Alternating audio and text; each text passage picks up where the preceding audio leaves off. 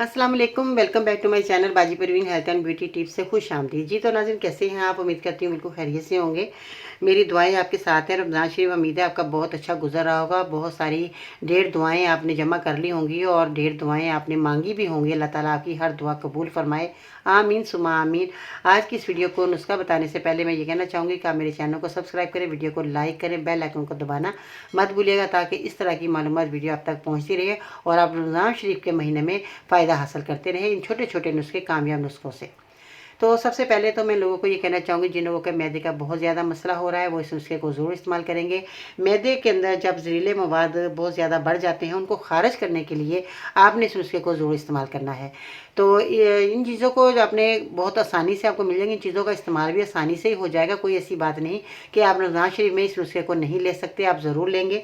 मगर इन चीज़ों को बनाने का तरीका और इस्तेमाल करने का तरीका वो मैं आपको आज तफसील से बताऊँगी और आपने मेरी वीडियो को एंड तक देखना है, सुनना है, ताकि आपकी परेशानी घर बैठे ही दूर हो जाए। और दूसरे लोगों को भी बताएं, शेयर करें मेरी वीडियो, ताकि वो भी लोग जो है इस नुस्खे से फ़ायदा हासिल करके अपने मैदे को ठीक करें और आप लोगों के लिए दुआ गो हो जाए। मज़ीद ऐसी मालूमाती वीडियोस देखने के लिए हमारे YouTube channel Baji Parveen health and beauty tips को सब्सक्राइब कीजिए और बेल आइकन को लाजमी प्रेस कीजिए।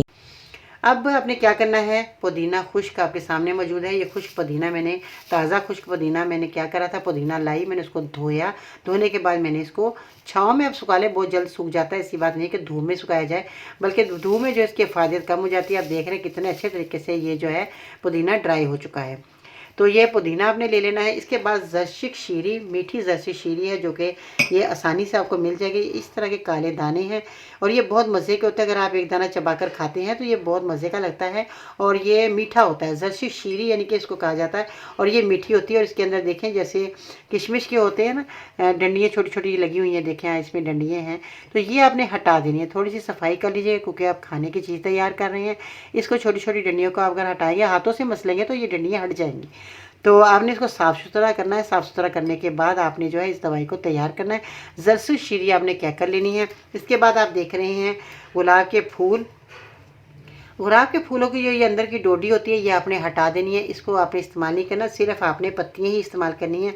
अभी भी इसमें कुछ फूल ऐसे हैं जिसके अंदर ये डोडी मौजूद है, तो ये आपने जो है हटा देनी है। ठीक है, इसके पत्ते ही आपने लेने हैं और ये पत्ते जो हैं आपको कितनी क्वान्टिटी में लेने हैं ये मैं आपको अभी बताती हूँ, क्योंकि आपने इस तरह जो है इन पत्तों को लेना है और ये जो अंदर की डोडियाँ हैं ये आपने रिमूव कर देनी है, इनको नहीं इस्तेमाल में लेनी। ठीक है जी, ये तो हो गया आपके ताज़ा पत्ते जो कि आपको आसानी से मिल जाते हैं। गुलाब की पत्तियां आपने ले लेनी हैं और ये पत्तियां भी आपने, इनको भी आपने खुश्क कर लेना है। घर के अंदर आपके पास पत्तियां मौजूद हैं, खुश्क रखी हैं तो अच्छी बात है, वरना आप गुलाब का फूल लाकर इसको खुश्क कर लीजिएगा ताकि आपको खाने में और दवाई बनाने में आसानी रहे।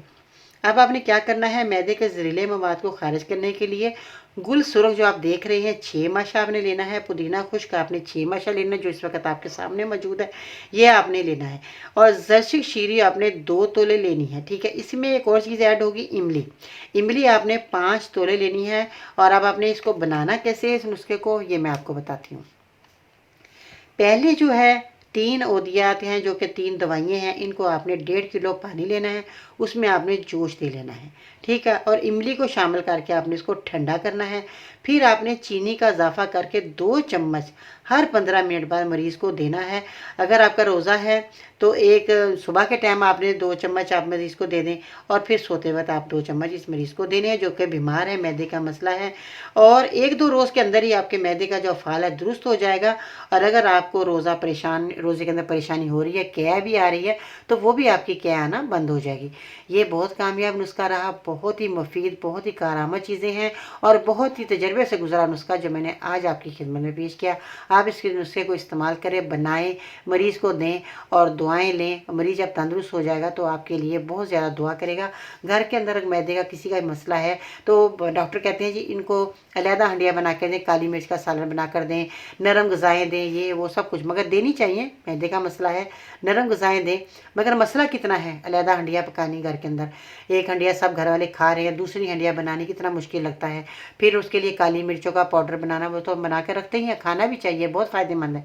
बल्कि हमें लाल मिर्च को तो बिल्कुल ही अपनी ज़िंदगी से निकाल देना चाहिए। काली मिर्च के सालन बनाकर खाएँ तो सारे लोगों का मैदा दुरुस्त रहेगा, आइंदा जो है उनका मैदा ख़राब नहीं होगा। मगर मुश्किल तो है ना, जब हम काली मिर्च का सालन बना रहे हैं अलहदा, लाल मिर्च का अलहदा सालन बना रहे हैं, कितनी परेशानी है।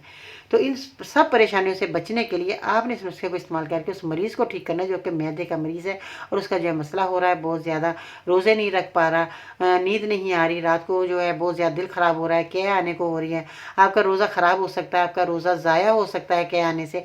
इसलिए मैं कहना चाहूँगी कि आपने इस नुस्खे को बनाकर मरीज़ को देना है ताकि वो लोग जो है, वो मरीज़ जो है वो बिल्कुल ठीक हो जाए और आप भी परेशानी से बच जाएंगे। घर में जब एक मरीज़ होता है पूरा घर डिस्टर्ब हो जाता है, पूरा घर ऐसा लगता है कि बहुत ज़्यादा परेशानी बढ़ गई है। एक मरीज़ को देखते देखते दूसरे लोग भी समझते हैं कि हम भी मरीज़ हैं।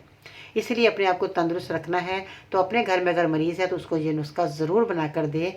रमज़ान शरीफ के महीने में उनको ज़रूर फ़ायदा हो जाएगा और आप लोगों की परेशानी भी ख़त्म हो जाएगी।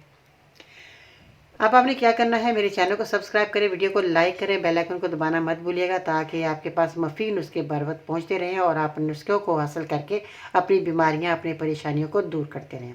इसके साथ ही बाजी भी उनको इजाज़त दीजिएगा। अपना और अपने घर वालों का ढेर सारा ख्याल रखिएगा। अल्लाह हाफिज़।